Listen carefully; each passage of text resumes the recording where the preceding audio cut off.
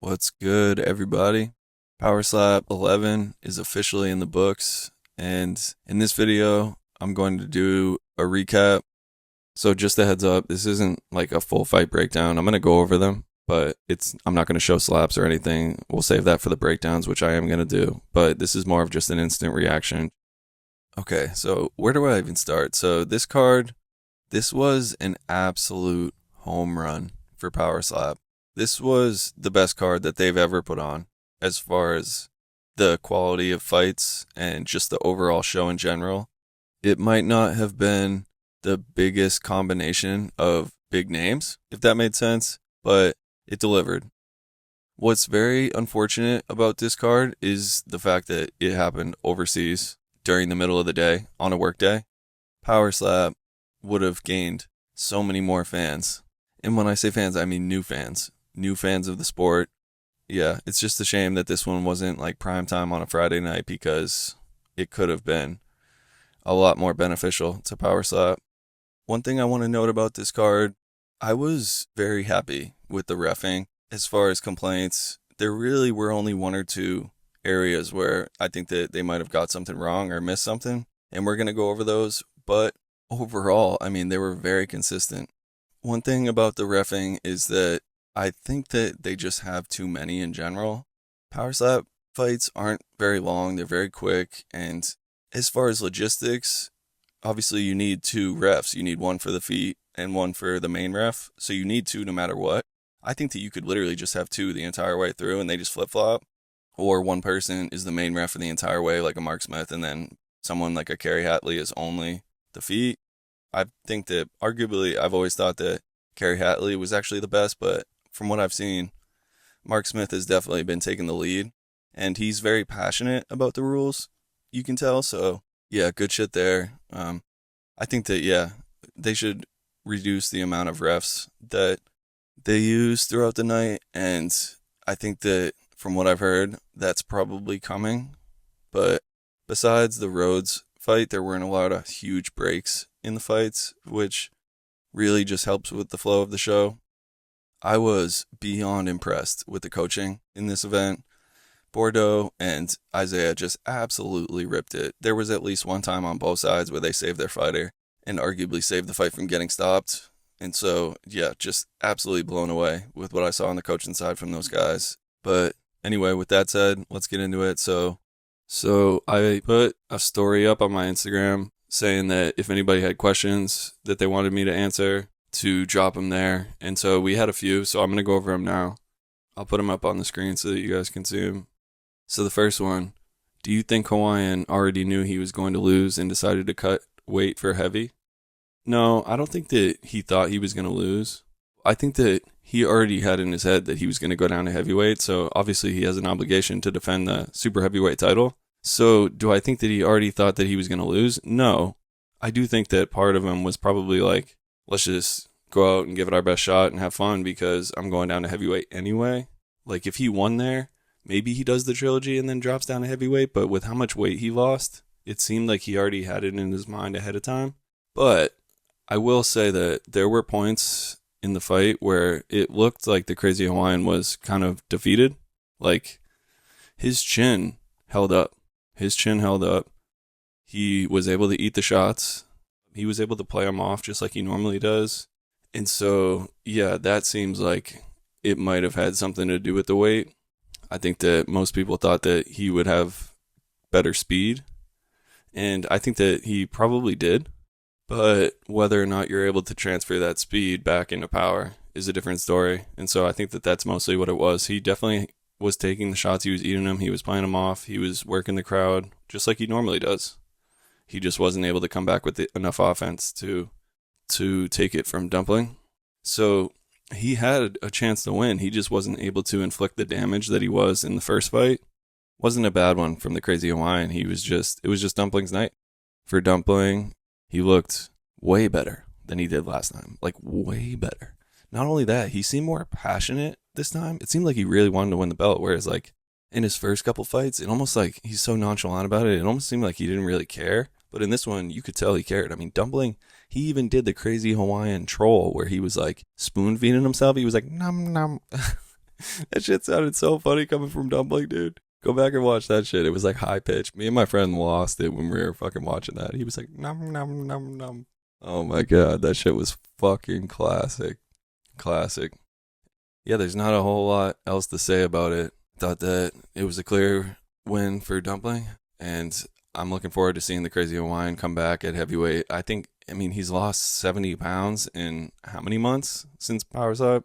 9? I mean, 3 maybe? So to think that he can't get down to heavyweight from here with how motivated he is, I think he will. I think he'll do it. There are just so many good fights at heavyweight. Imagine DeBell versus the Crazy Hawaiian. Imagine Pow versus the Crazy Hawaiian. Like, how fucking insane would that one be? You could do Siegman versus Crazy Hawaiian. So yeah, just can't wait to see the Crazy Hawaiian come back, and hopefully at heavyweight. I really want to see that. And it seems like he wants to. He seems very motivated about the weight loss. So next, we got Cover Darren's Flinch. Okay, so not surprised about this question. It was a bit of a tough spot for me personally, just because I bet on him, thinking that he was going to win, and even thinking that he probably was going to get away with it again. So I wasn't mad at it because I profited from it. But, I mean, as an analyst, yes, that was 100% a flinch. It didn't go exactly how I expected it to go. What I was surprised about was Merlus.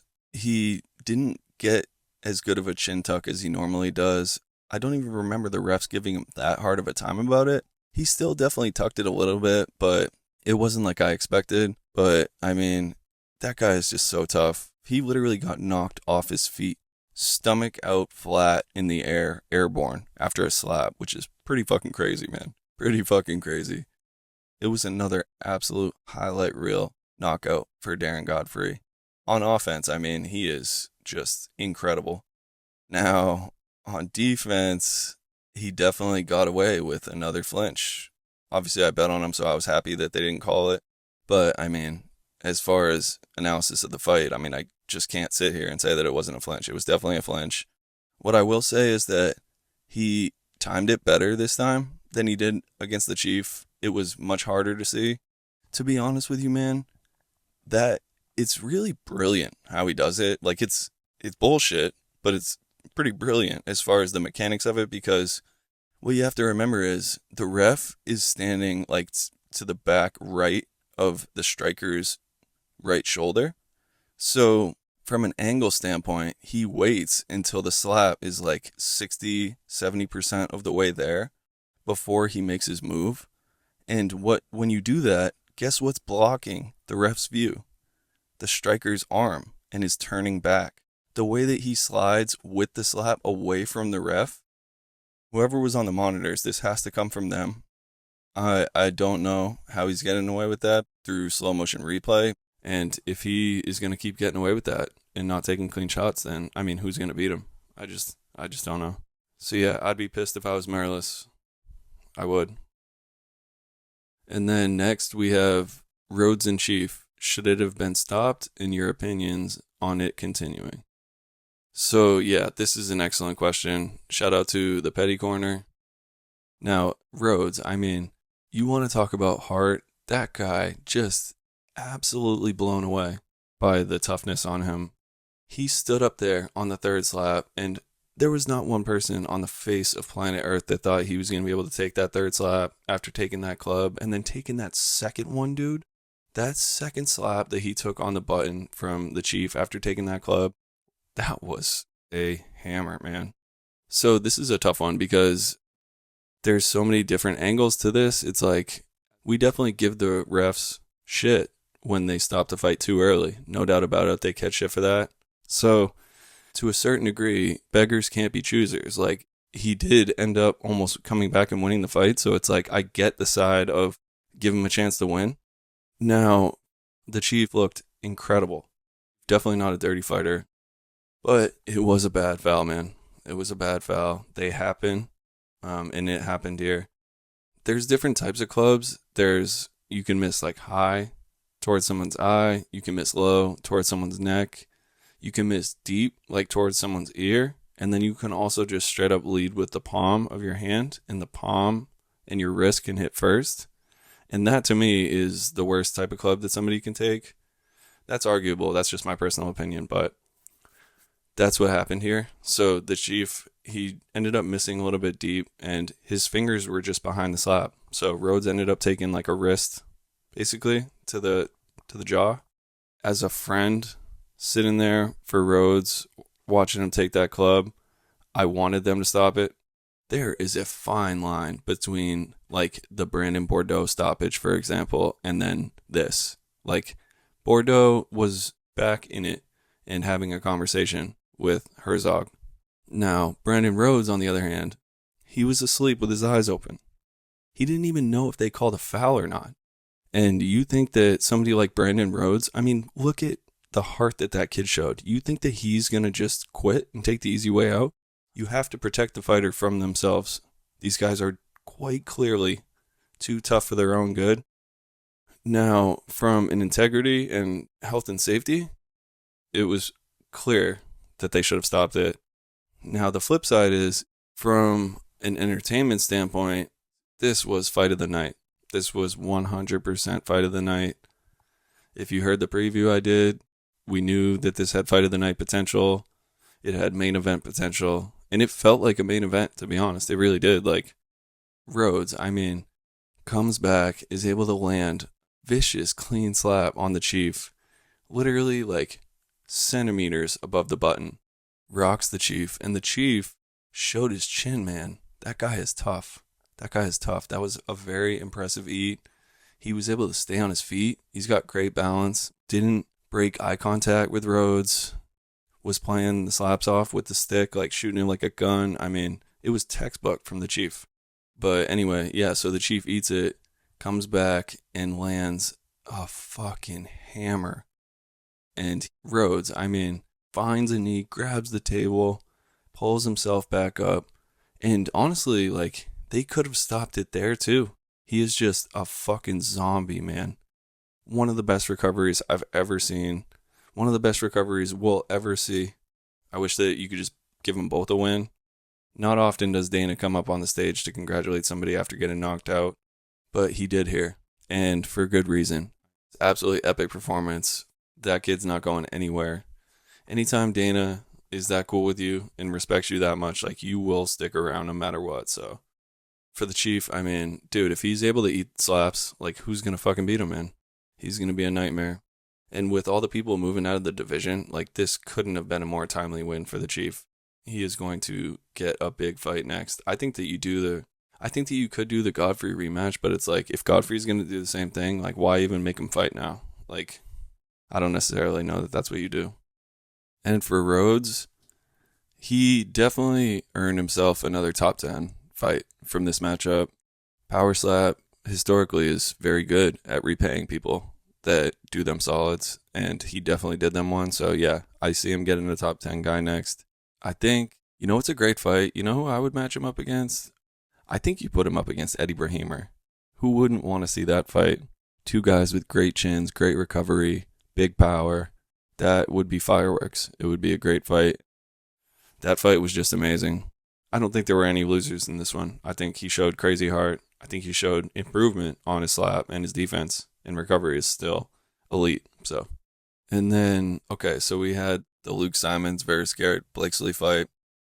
Now, this was absolute fireworks. I mean, I'm not surprised about it. I think everyone knew that this was going to be fireworks, and that's exactly what we saw. So, we had seen Luke a lot lately, so we knew what he was coming with. And we hadn't seen Blakesslee in a fucking minute. I was so curious to see how he looked.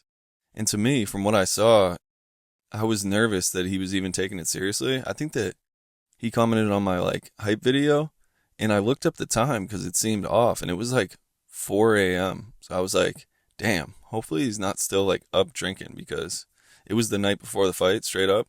So I was a little nervous, but man, he brought it. He brought it. And I wasn't even the biggest fan of him to begin with, because one could argue that prior to this fight, he had never even thrown a clean slap, despite having multiple knockouts on his record. But yeah, he fucking brought it here. He gets up there, eats Luke's first slap. It wasn't a bad slap. The slap was clean as fuck. It was just above the button. And Blakesslee, he had an interesting brace. He was biting down so hard that he was literally shaking. Not like enough to be a flinch, but took the hit, gave a amazing slap back after taking Luke's, and then ultimately ended up getting finished, but he got back to his feet. It was the right stoppage, in my opinion. I didn't think that it was a bad stoppage at all. I thought it was a good stoppage. We'd only seen Luke rocked once before. He got knocked down by Caesar. I would argue that he was actually more rocked on the shot that Blakesslee hit him with. I mean, the fact that Luke was even able to stay on his feet there after eating that shot was incredible.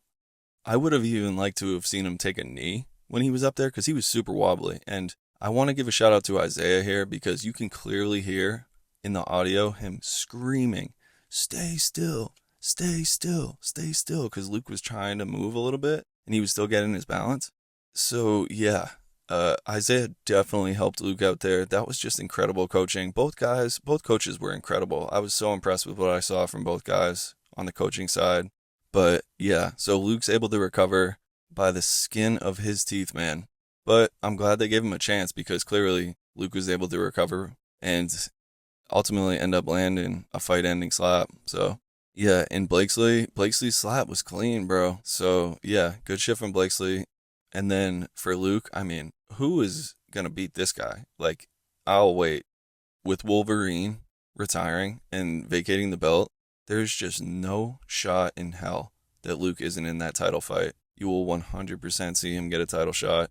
I just don't know, man. He looks so unstoppable. His chin, his recovery, his power. He didn't move his feet this time, which was great. No controversy there from what I saw on the replays. And as far as Luke's slap, I mean, my goodness, man. My goodness. It does not get any fucking cleaner, any better. It doesn't.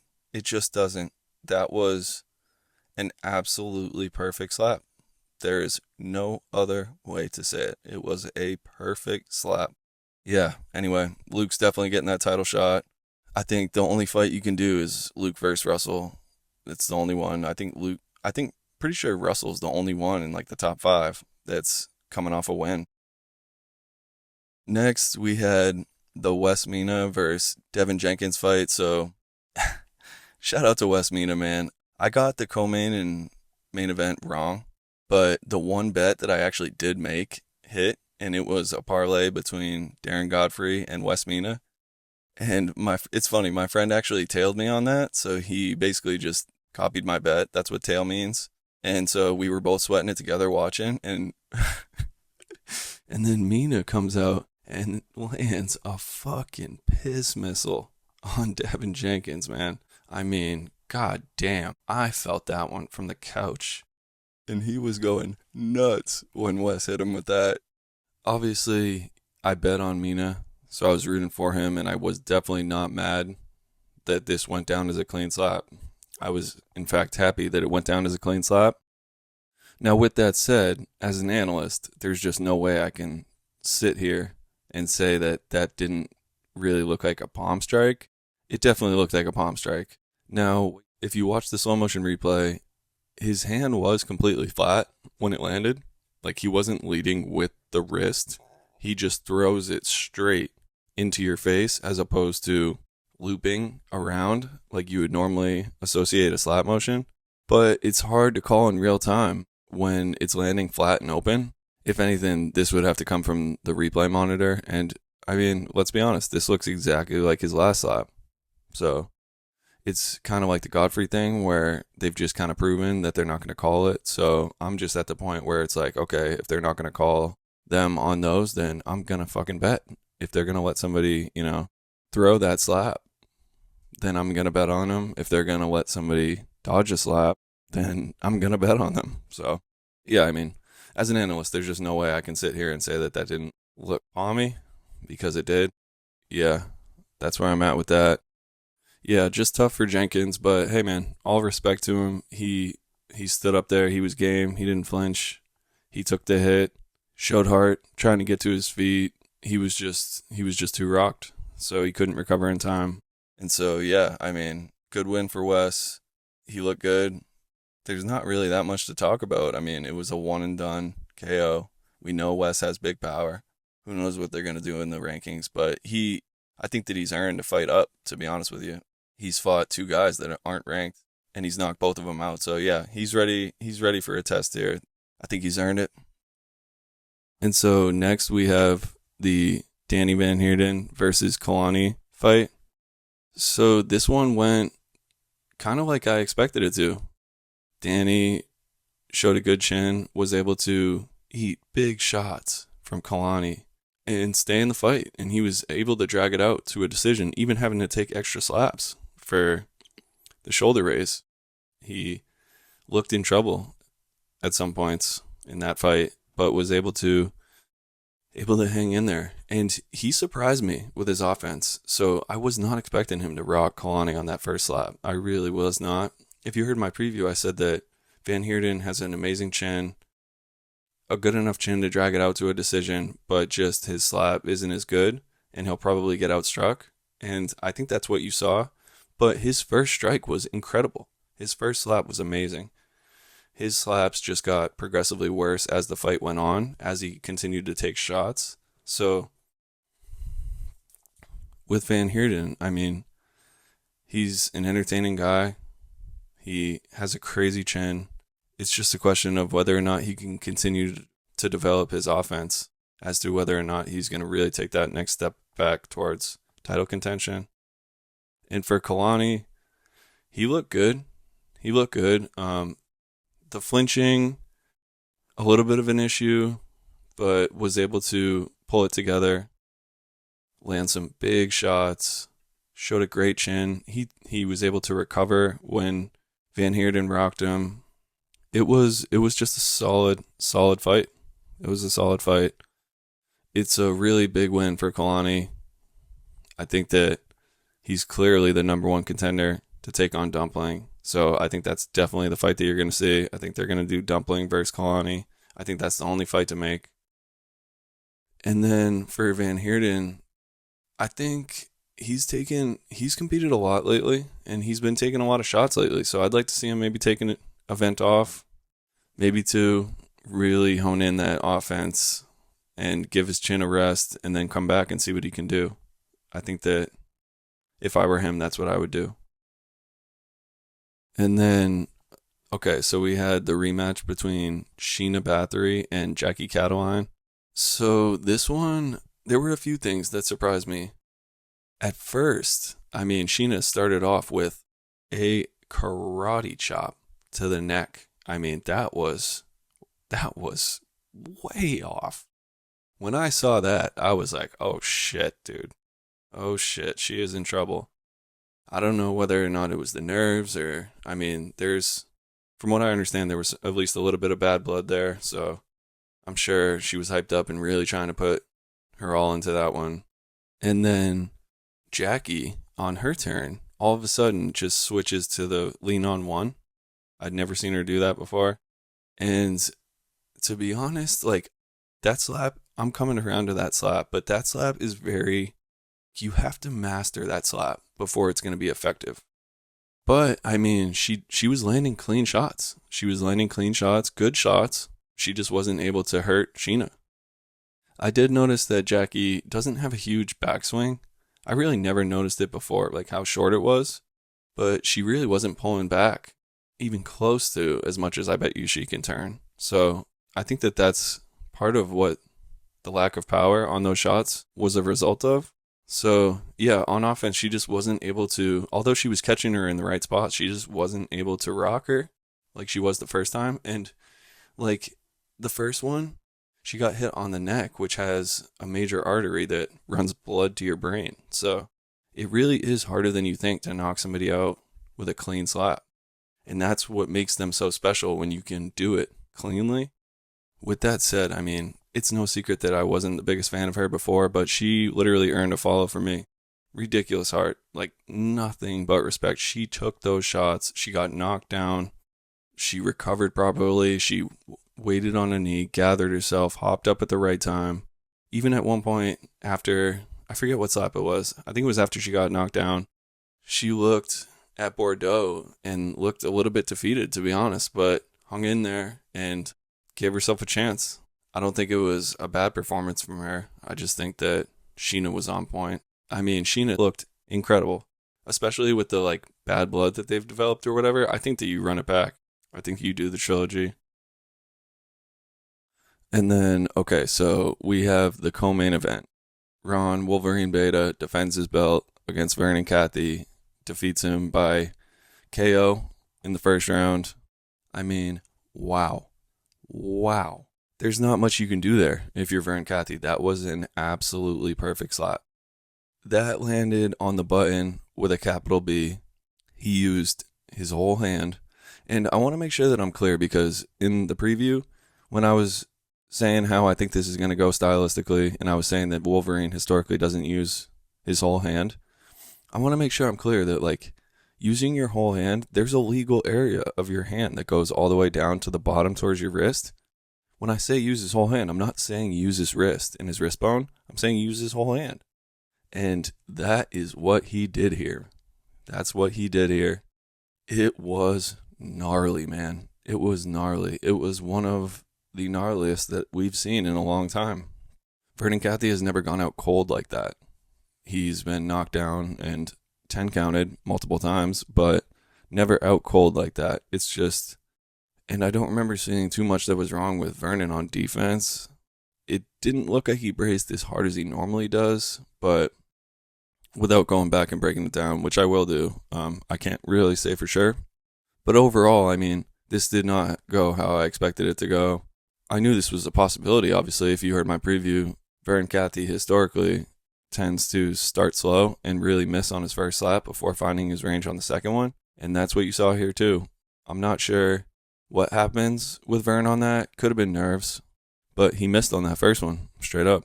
He missed on it. Barely even clipped him. I think, like, it wasn't even a club because he really didn't even hit him. And then also, like, come on, dude. That's one thing about Wolverine. He always complains about getting hit in the neck. And it's like, dude, if you want to have a 6-foot beard that covers your entire face down to your shoulders, then don't complain. You can't even see your neck. You can't see your chin. You can't see anything. So it's like, okay, if you want to have a beard that big, that's fine. But don't complain every time when they're not going to call that for you. If you can't see your neck, then they're not going to call a shot that, quote unquote, lands on your neck. But, I mean, for Ron overall, as far as the performance, I mean, if there is a Mount Rushmore of Power Slap, he is on it. He is on it. He is definitely in GOAT territory. I think as of right now, since he retired, I think that you could consider him the greatest of all time. I think that, and if he's not, he's definitely one of them. I don't necessarily think that the GOAT status for him will hold, because you still have somebody like DeBell, who's still the reigning champion. He's so young. Like, he's got so many more years left in him. So to think that he'll go down as the greatest of all time when it's all said and done, probably not true. But as of right now, I mean, if you said he's the GOAT, I would not argue. He has had, what a career he has had. His strength of schedule, absolutely ridiculous, second to none. It's just beyond impressive. And what a way to go out. There's just no better way to go out. It was a storybook ending for Ron Wolverine Beta. And then for Vern, I'm a big fan of the mechanics, so that was a little tough to watch him out cold like that. But, I mean, that's a possibility every time you step up there, especially in a world title fight. But he'll be back. Not the end of the world for Vern. I just think that he needs to rest up and come back better, and also address the missing on the first slap, though, because that's going to be an issue if it continues to happen. And then, so we also had some early prelim fights that got released on social media because they were so good, to be honest, or because they were highlight reels. The Hawaiian Hitman, who was on the early prelims, got a crazy win. It showed him eating a slap from a monster. It was a big slap, and he got like stumbled, was able to stay on his feet, and then came back and landed the knockout blow. So yeah, we haven't seen that one in full yet, but that's a huge win for the Hawaiian Hitman. I mean, he needs it. He's a guy where it's like, obviously he's brothers with the Crazy Hawaiian, so it's like, you know, he has talent in his blood. It just never seemed like he really took it seriously, and his striking at points looked like amateur, almost. Like, his chin is ridiculous, but there were some fights where his striking looked amateur, and it didn't ear. he has been putting in work. He looked like a top guy in the world in that sequence that I saw. So you can tell that he's taking it seriously, and you'll love to see that. It's wide open for him. I think that, with the name and the storyline with his brother in Dumpling, I think that he's even one win away from now of getting a world title fight. So congrats to him. I believe he got a bonus too. So double congrats to him. And then we also had a familiar face from season 3 on the early prelims. It was Tyler Gross, and he got a highlight knockout. That was the first one that made it on social media. I remember I logged on to Instagram and I saw somebody like chirping, being like, oh, you couldn't even last one slap. Like, you haven't even gotten a slap in power slap. So immediately I was like, oh, damn, that boy got knocked out. Not Tyler, but the dude he was facing. Sure enough, I open up Instagram and there's Tyler with the Hawaii lean on one, just absolutely putting him out. Now, I've known that Tyler's been putting in work because he sends me videos of him training and slapping all the time. So I knew he was coming with this new slap. So that's part of why I was curious to see it. And I'm looking forward to seeing this one because from what I saw in the training footage, it looked gnarly, man. If you can master that slap, it can really help you. So it looks like he has. I wish we got to see him take a hit. Hey, a one and done is best case scenario for power slap. So congrats to him. Couldn't have happened to a better guy from what I can see. But regardless, I mean, it was a huge win to get himself back relevant. This is just a testament for season 3 guys to just stay ready, and stay progressing.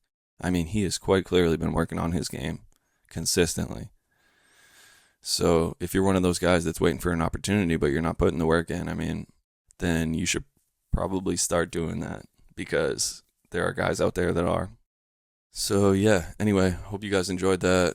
Until next time, like, comment, subscribe. Peace.